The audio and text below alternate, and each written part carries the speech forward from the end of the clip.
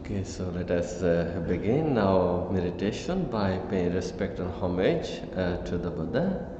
Let us recite Namo Tassa 3 times together.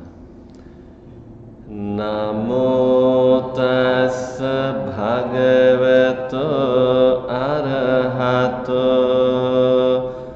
Samma Sambuddhassa. Namo Tassa Bhagavato Arahato Samma Sambuddhassa. Namo Tassa Bhagavato Arahato Samma Sambuddhassa. I pay my homage to him, the Blessed One, the Worthy One, the fully enlightened Buddha.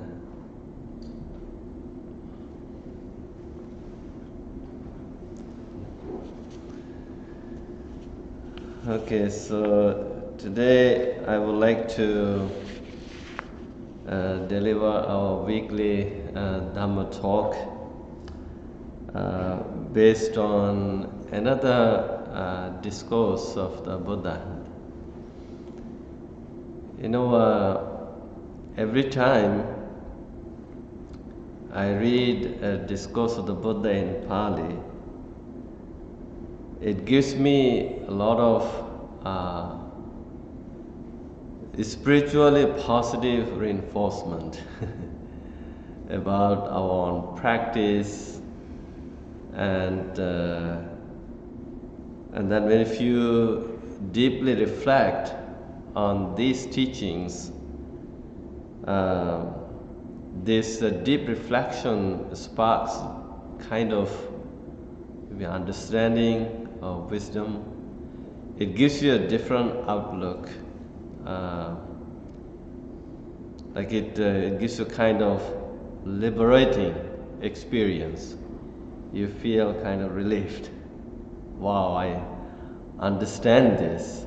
I feel encouraged. I feel motivated, inspired. I think that is the power of Dharma.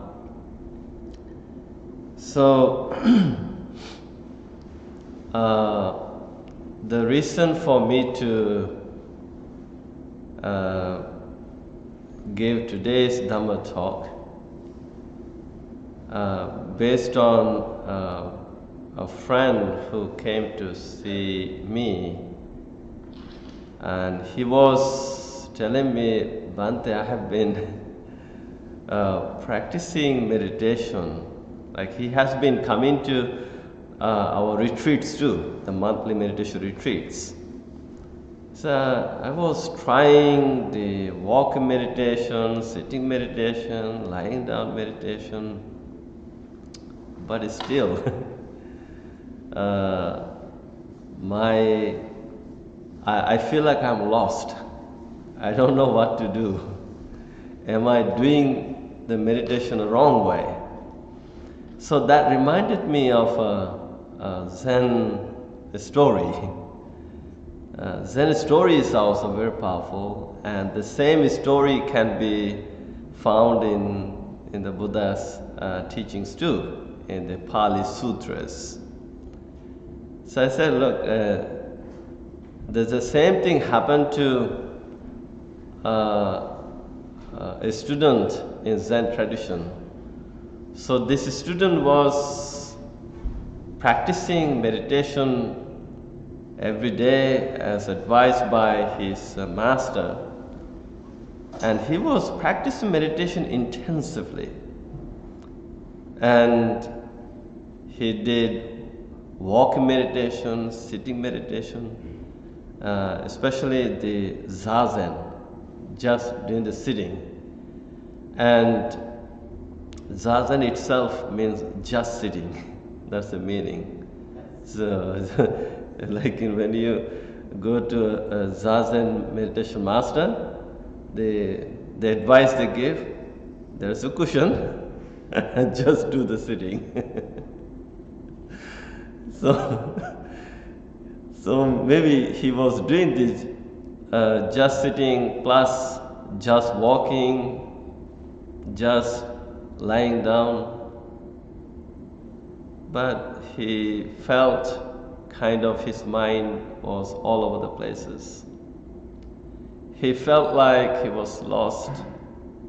He felt like a lot of thoughts were just invading his mind. He was very much disturbed, and his mind was very agitated, not calm. So after feeling lost, he went to see his Zen master. He said, Master, as you advised, I was practicing meditation day and night, but I feel like I'm lost. Then the Zen master looked at him gently, compassionately. He said, come with me.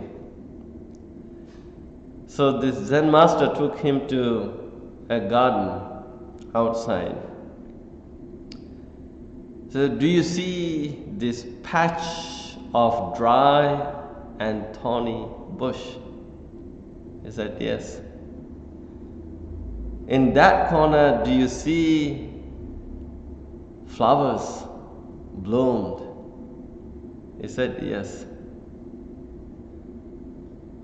So these bushes and the dry bushes and the beautiful flowers grew in the same soil.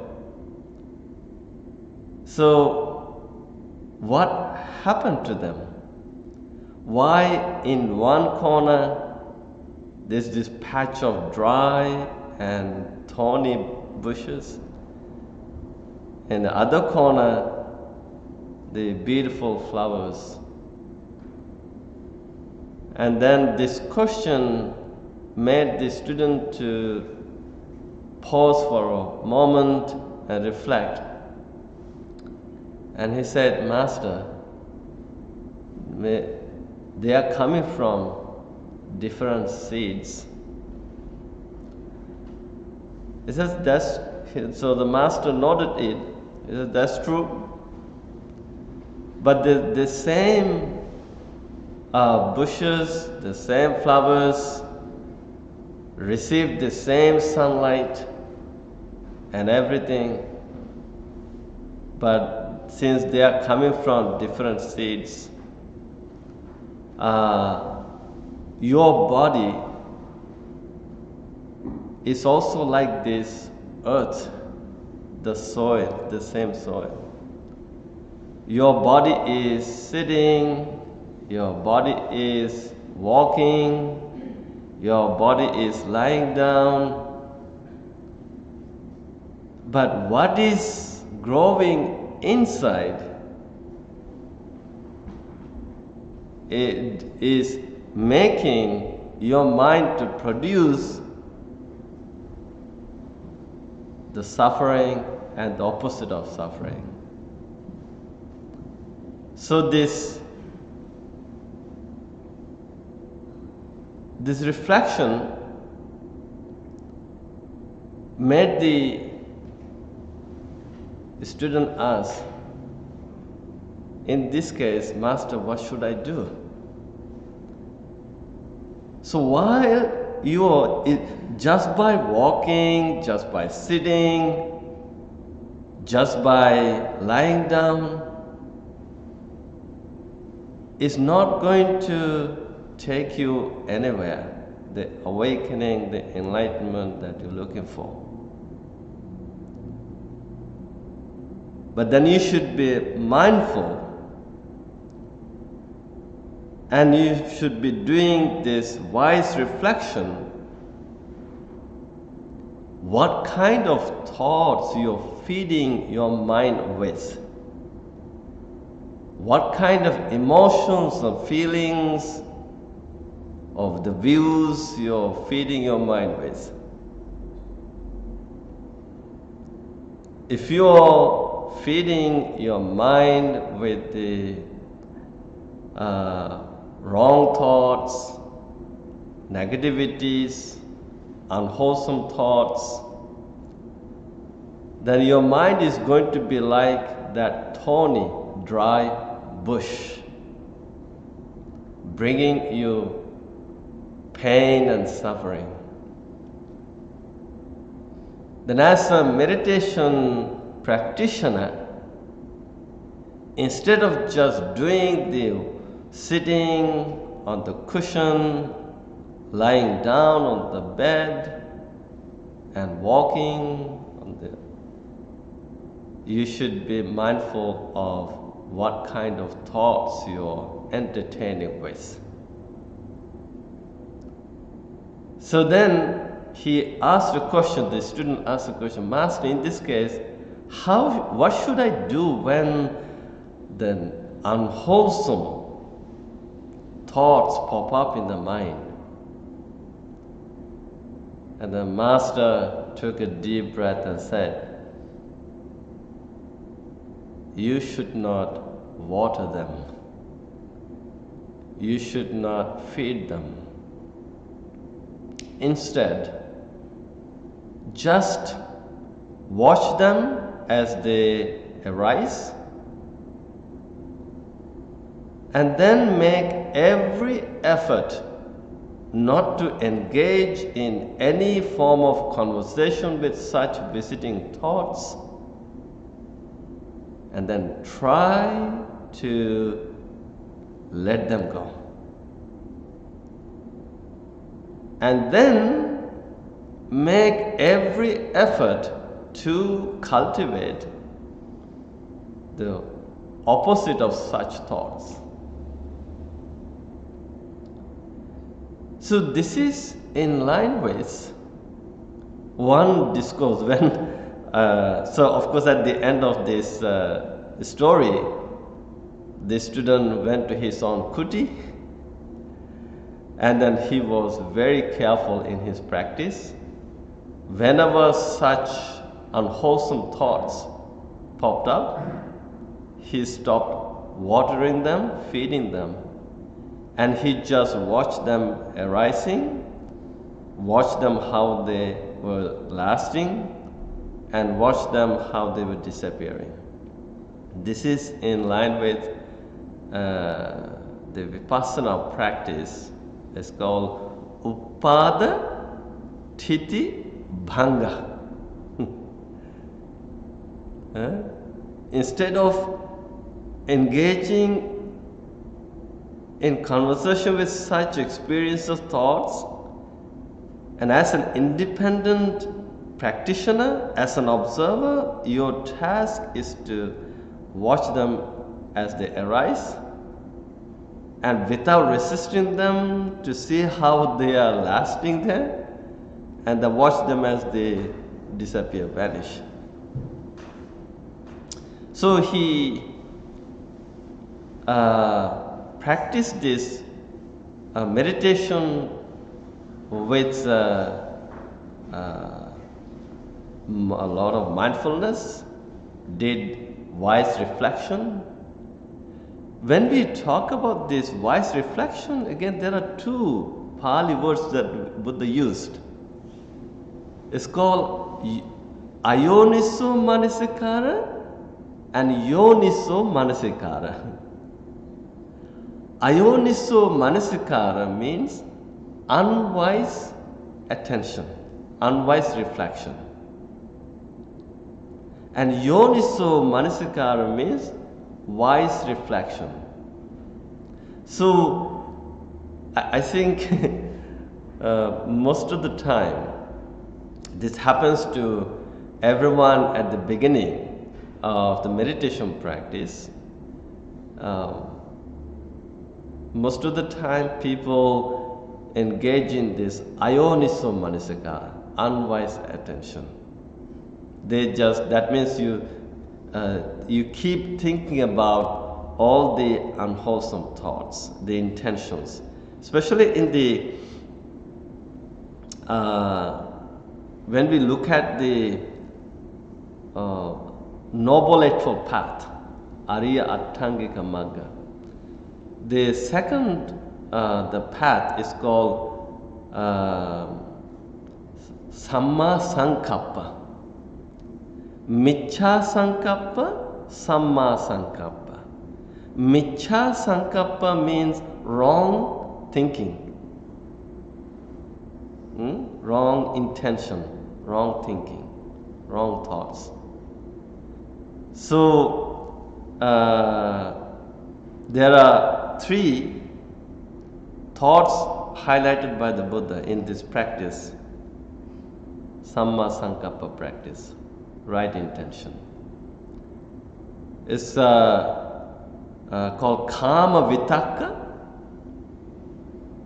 Vyapada Vitakka, Vihingsa Vitakka. Kama Vitakka means the thought of sensual desire, thinking about the sensuality, like through the senses, right? Eyes, ears, nose, tongue, body. And then if there's a pleasant experiences, then how we just get sucked into wanting that kind of experience, the pleasure. We continue entertaining ourselves with such sensual, desirous thoughts. It's called Kama Vitakka. And Vyapada Vitakka, the thought, the intention of anger. So if you don't get what you want, then there comes this aversion, the anger arises in the mind. And then again, the thought of sensuality consumes our mind, and the thoughts of anger or aversion or hatred also consumes our mind. They just bring a huge devastation in the mind. They just agitate the mind. Then nothing becomes clear. And then, because of these thoughts of anger, the next obvious thought is Vihingsa Vitakka, the thought of violence, the cruelty.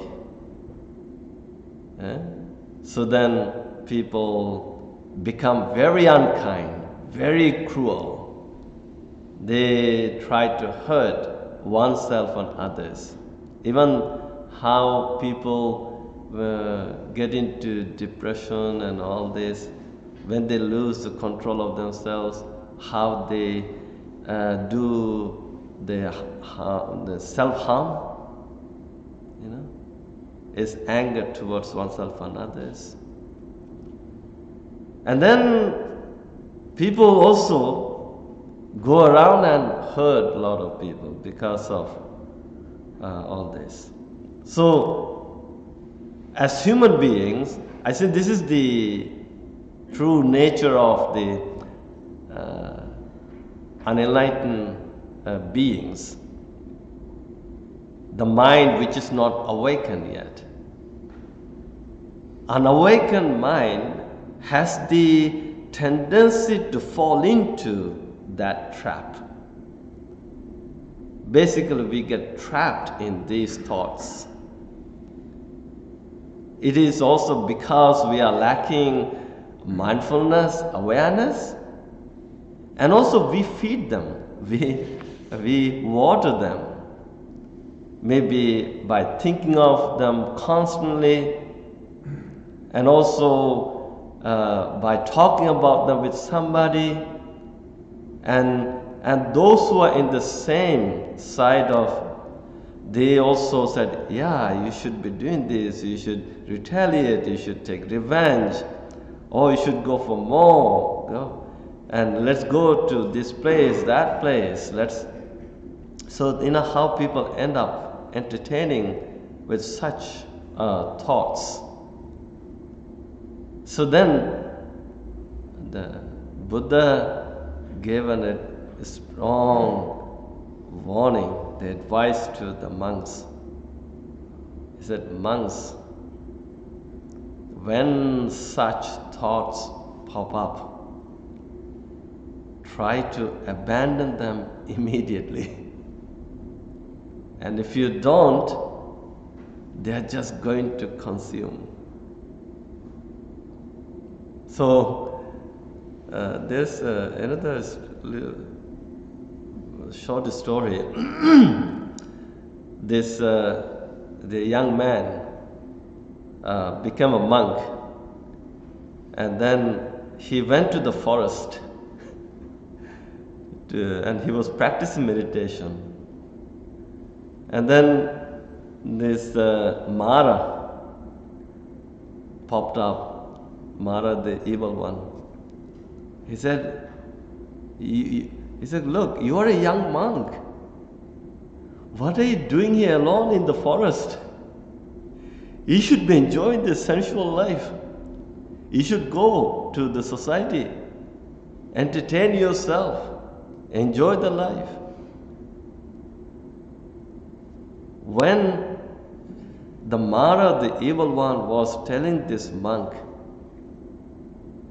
the monk said, I think I know you. You're the Mara, right? You're the Mara, the evil one. He said, oh Mara, look, I was in that life. I had enough, that's why I renounced the world, and I want to practice this Dharma to liberate myself from all the pains and sufferings, troubles and problems in life. So, when the Mara realized the monk saw him, and then he disappeared. And at that moment, according to this story, Buddha was also watching this. And the Buddha said, oh my disciple, you are a good monk. You are practicing the Yoniso Manasikara, wise attention. Mara is the Ayoniso Manasikara, unwise attention. So, there's this sutra called Chara Sutra, the discourse on the walking. There, he said, monks, while a monk is walking, thoughts of desire, ill will, or harming may arise.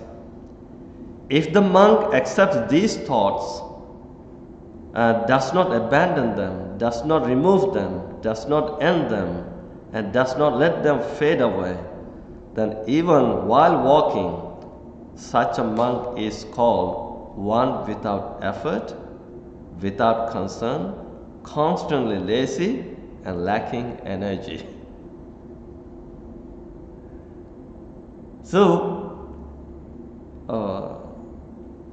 I know that most of the time people come to our weekly meditation sessions or monthly meditation retreats for the stress relief. There is also good intention. But this meditation practice has an ultimate goal. What is the ultimate goal?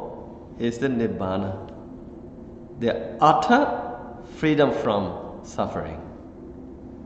So when we talk about suffering also comes in the form of stress, anxiety, distress, grief, sadness, fear, guilt, and so forth, or depression, frustration, and all this. All these are part of suffering, dukkha. So when people come here, and of course they get this temporary relief from stress, and whatever they are dealing with the outside world, at home, at work, the company, it's the same thing being repeated every day. There's a lot of stress, that I know. So that's why I get invitations from different organizations to come and conduct some mindfulness sessions for them. So, but then I always advise them, while you're practicing meditation, you should make every effort to do the meditation as advised according to this technique, this path, this dharma. Let's say you can come here and you keep coming every Wednesday. And after coming here, let's say even during this Dhamma talk, I know you're looking at me, you hear my voice. Although you hear my voice, although your body is sitting on the cushion in the shrine room, but your mind must be wandering all over the places, thinking about whatever happened at work, at home. Maybe you're still sitting on the cushion with a lot of mental images, holding on to mental images. Maybe thinking of the thoughts of desire, thoughts of anger, thoughts of wanting, with negative emotions and feelings of fear. But then, if you don't become mindful of these thoughts and emotions immediately, and if you're just allowing yourself to feed them, water them, entertain them, then it doesn't matter how long you keep sitting on the cushion here. It's not going to bring you any fruits. You won't be able to experience any kind of benefits from meditation. So I always encourage people, when you come to meditation class, as soon as you turn your car into the temple from Kautra Road, leave everything at the Kautra Road. Don't bring them to the temple or temple parking lot. Don't dump them here. Let's say you bring some to the temple parking lot, but when you enter this building, and especially when you enter this meditation hall, you know how you remove your shoes and you keep them outside, or even you take them to the shoe rack. But maybe this is just the material things, the physically you're doing it. But then I always encourage people, even whatever you're holding on to mentally, don't bring them inside. Leave them outside and be free. But again, people, maybe due to lack of mindfulness, they keep bringing this stuff here. And then, of course, they struggle a lot. People try, and one thing that people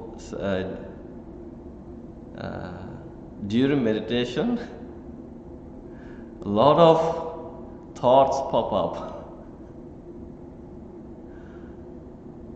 Now, why is that?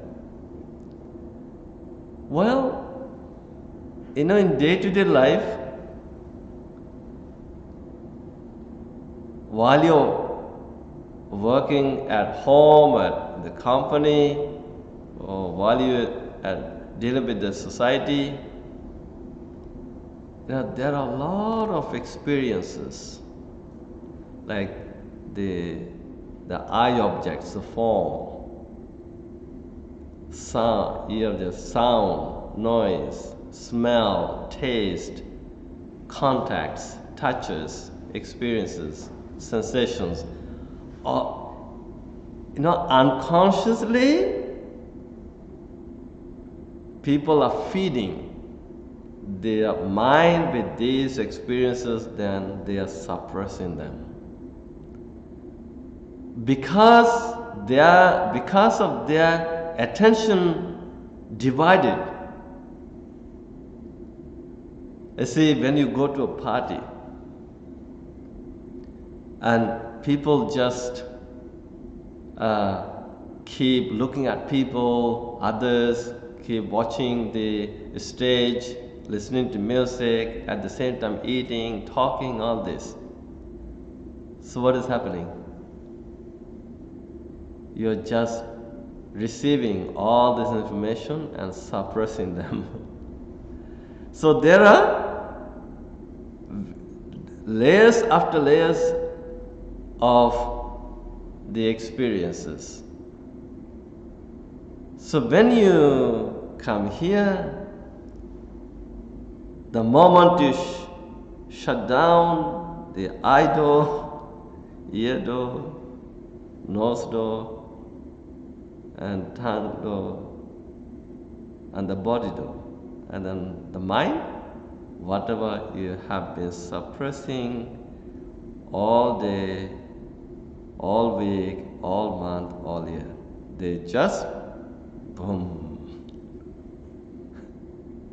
So it requires a lot of patience. So you have to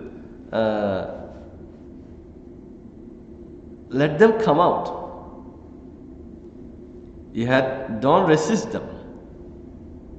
You have to let them come out, and your task is to put them aside, clean them.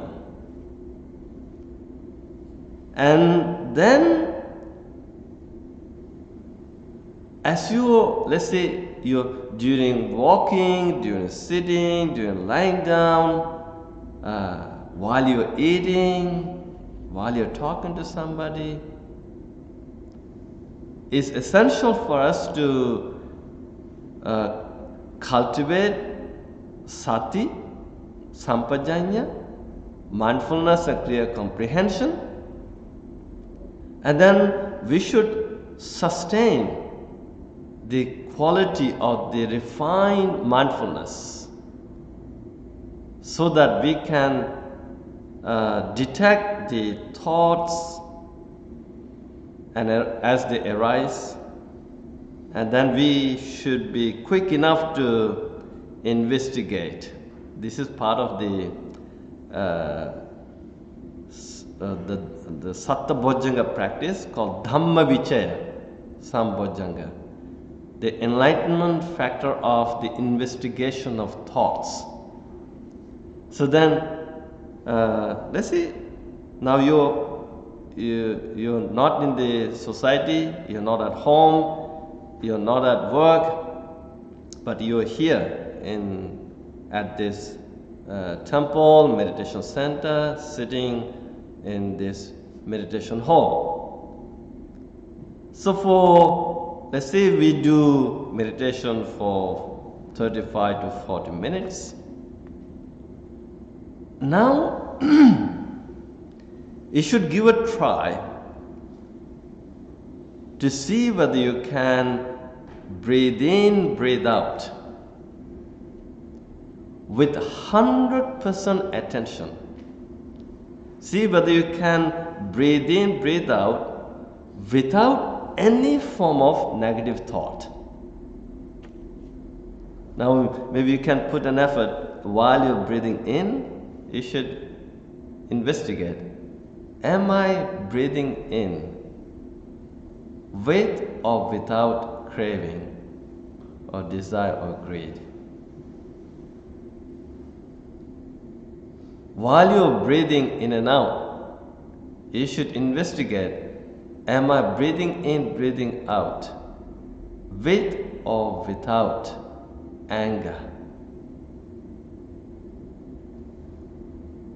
And while you're breathing in, breathing out, you should investigate and examine, am I breathing in, breathing out with or without confusion or agitation or delusion?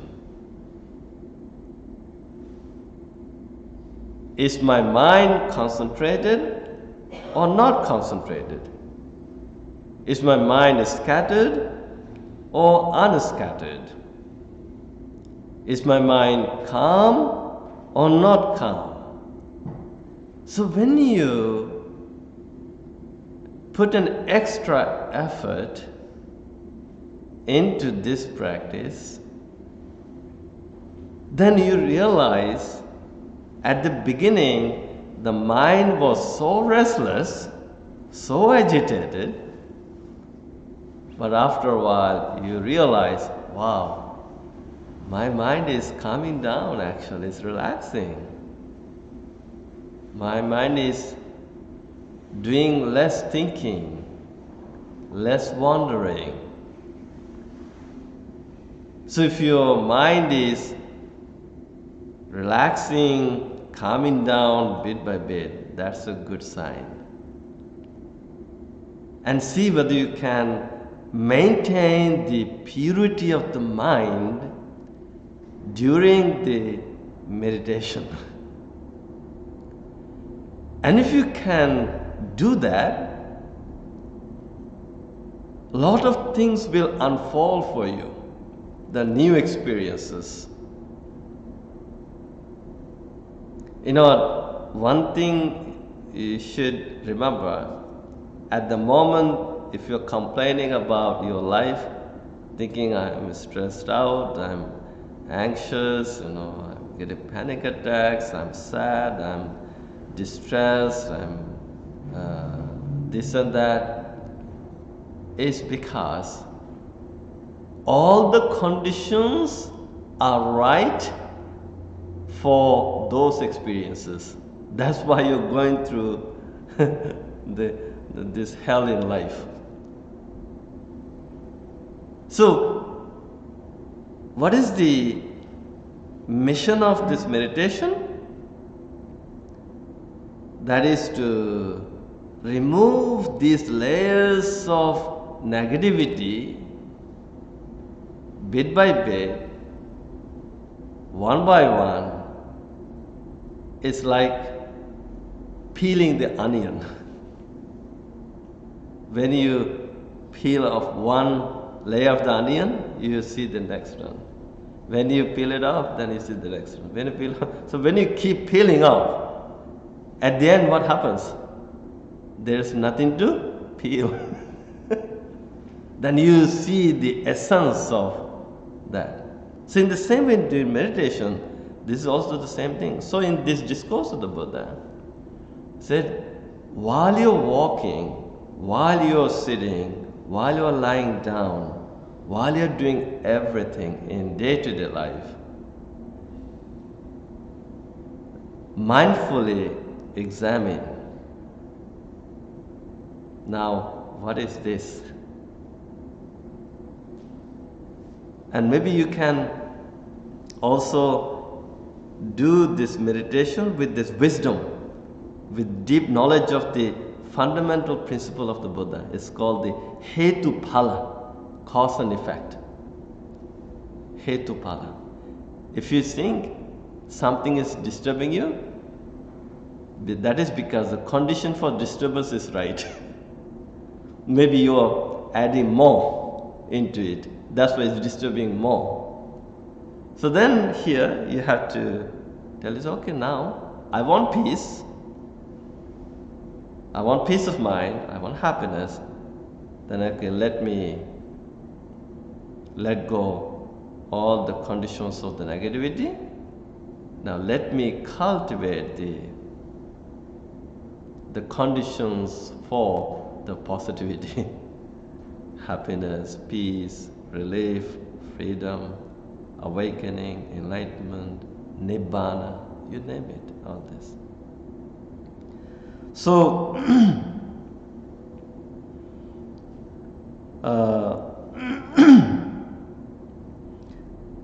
there is in that sutra, I would like to read this, it's very beautiful in Pali too. It's called Charangva Yadiva Tichang Nisinno Uddava Sayang Yo Vitakkam Vitakketi Papakang Geha Nissitang Kummagga Patipannoso Moha Neyosu Muchito Abhabbo Tadiso Bhikkhu Puttung Sambodhimuttamang. That means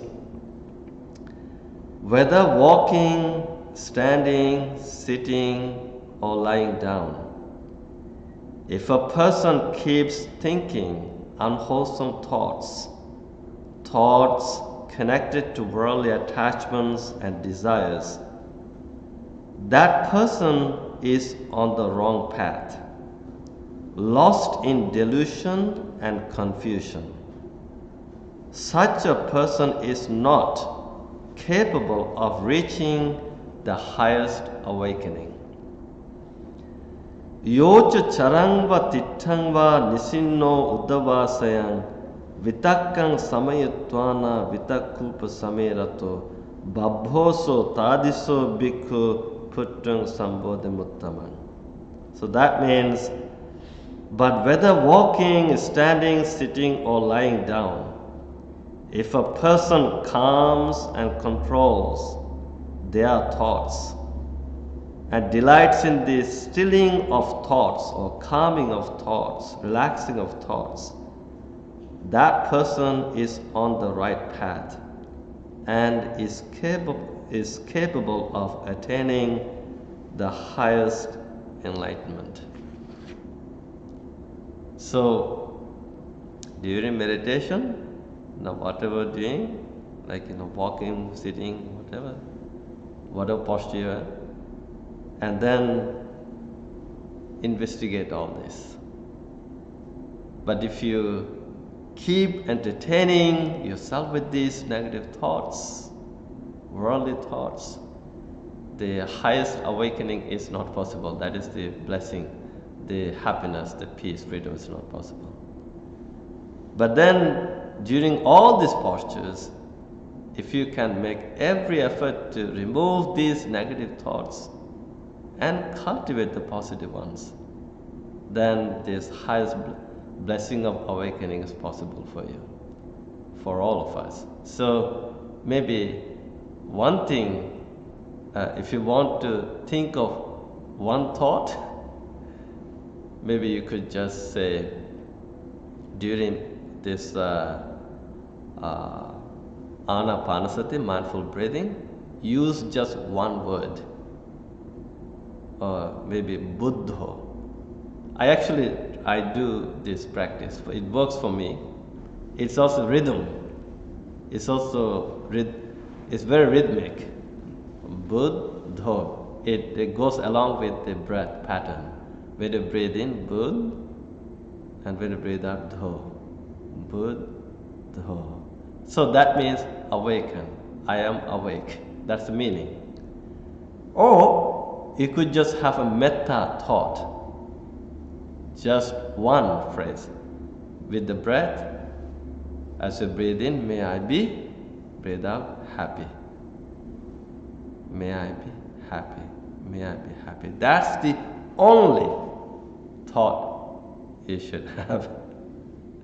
Or just the word Buddha. So if you can cultivate,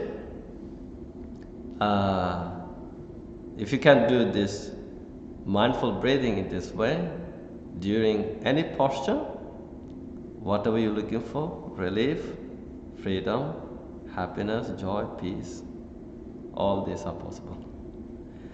So the mind determines the path. So this is how we stop the wandering, and this is how we still the mind thoughts, and this is how we cultivate the thoughts of tranquility. So when you are here, and this is the very reason why I give the Dhamma talk before meditation. I want you to have this knowledge and this understanding, and then you know what to do during meditation, right? So let's practice meditation now. See whether we can do this exact practice as advised by the Buddha.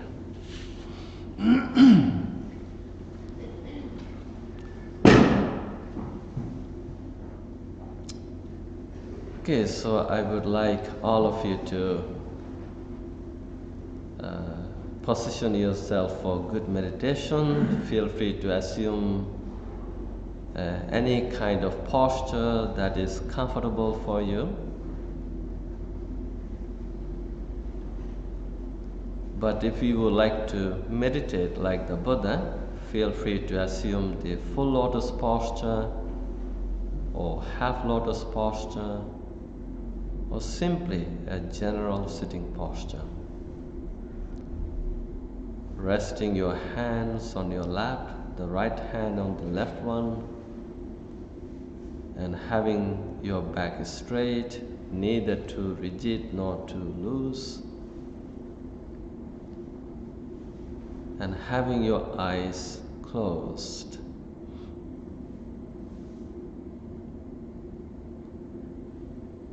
Now, give a very respectful and kindful invitation to your mind. Come to the present.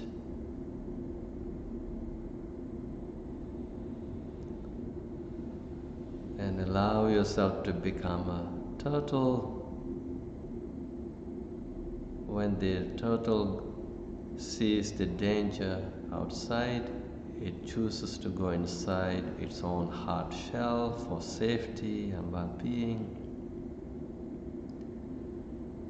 In the same way, allow your mind to go inside the hard shell, the present moment.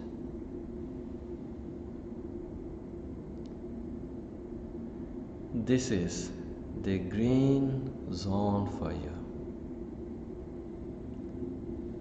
Always be mindful to keep the mind in this green zone, the present moment.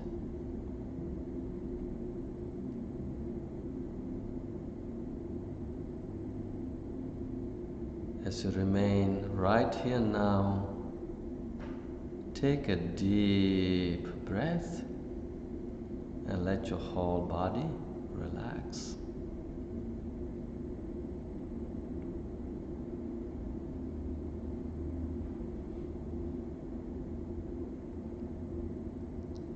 You may take another deep breath, this time through the nose. Hold the breath for a few seconds, then let it out through the nose. Let the whole body and mind go into relaxation.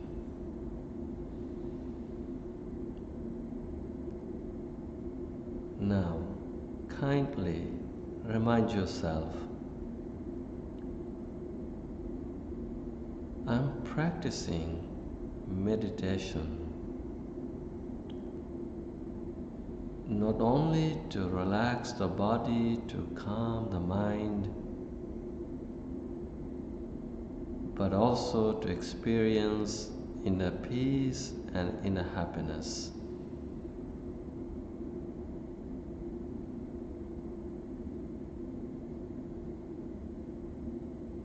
With this good intention in mind,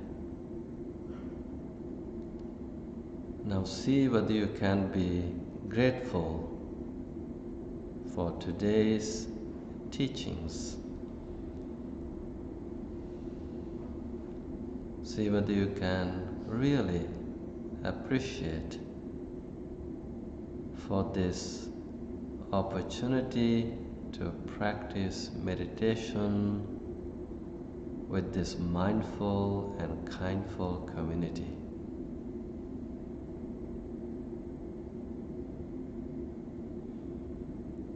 Let the feelings of gratitude overflow in your heart and mind, and let it reach out to every part of your body. Let the whole body and mind become an embodiment of gratitude.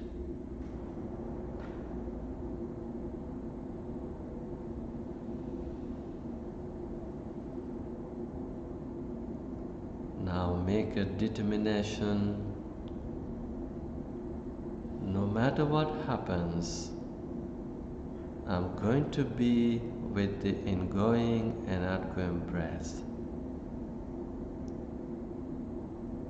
with this wise attention, yoniso manasikara.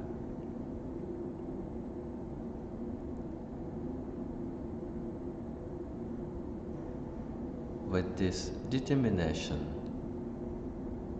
you can listen to the sound of the meditation bell and let yourself remain grounded in this moment.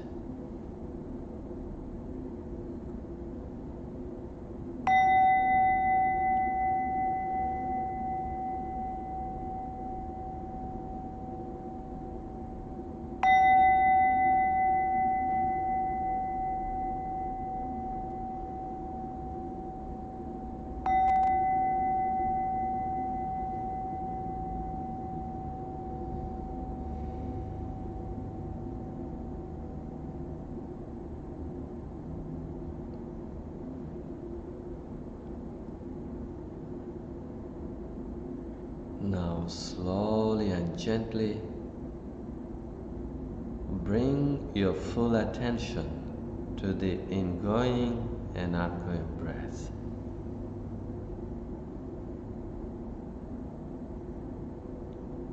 Keeping your mind in between the nose tip and upper lip,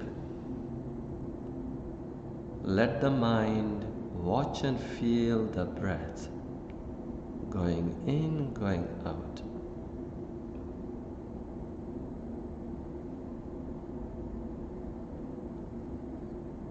And you may try watching the breath with 100% attention.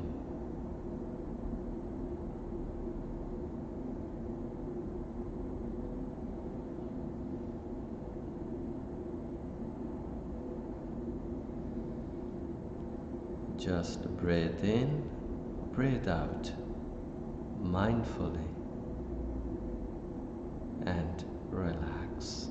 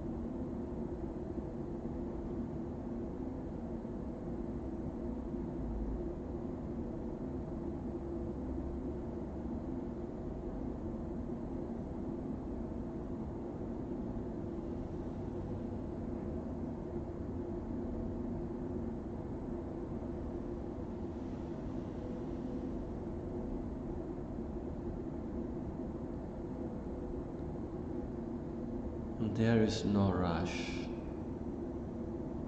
Take your time. Go slowly. Just like the turtle that keeps walking slowly and steadily, in the same way, allow yourself to breathe in and out slowly with 100% attention and relax.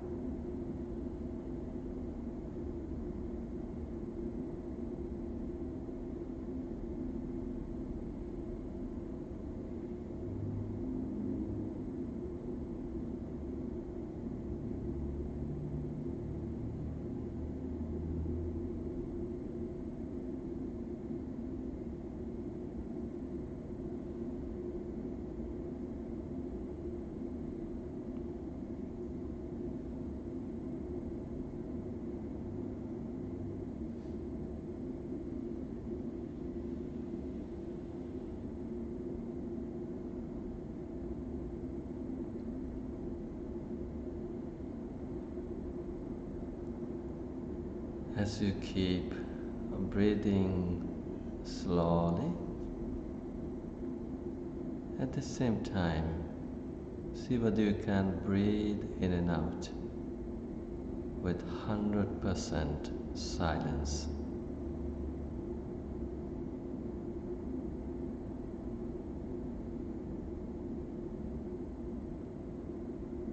If you can breathe in and out silently, it will help your mind become very still. And the still mind is the fountain of joy, happiness, peace, and freedom.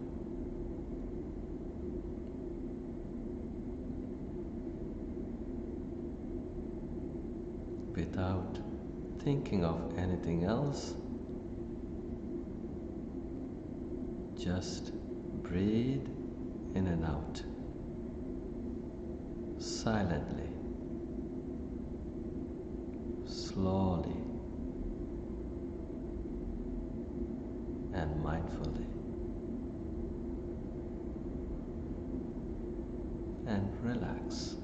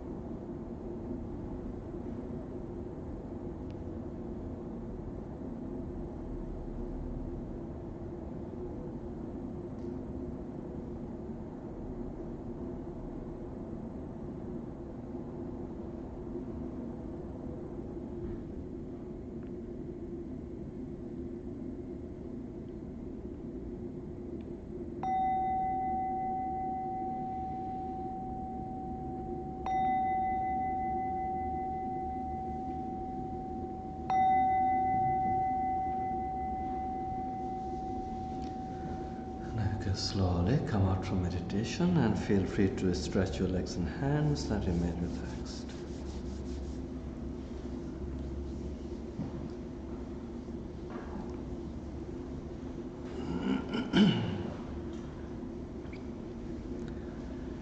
Okay, so I would like to do a brief blessing chanting. To receive blessings, you may bring your palms to your heart.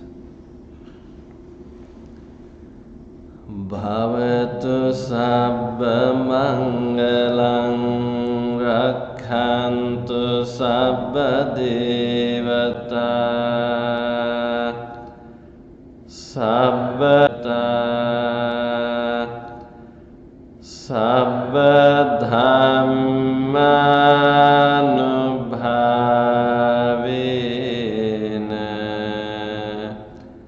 sada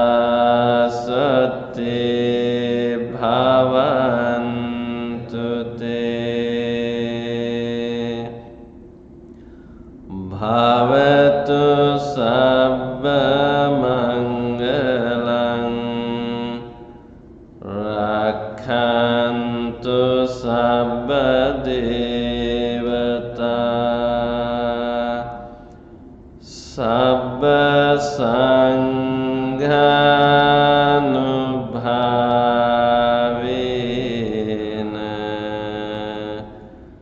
sada sati bhavantu te. By the power of the meditation, by the power of the noble triple gem, the Buddha, the Dhamma and the Sangha, may you all be well, happy and peaceful.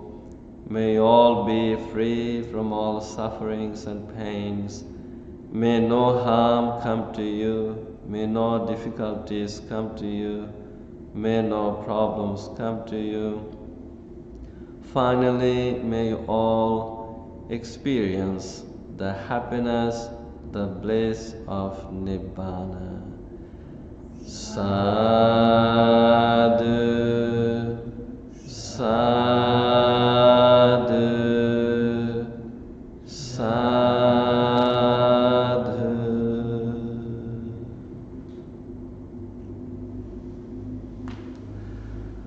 All right, so that's it for today. I will see you next Wednesday.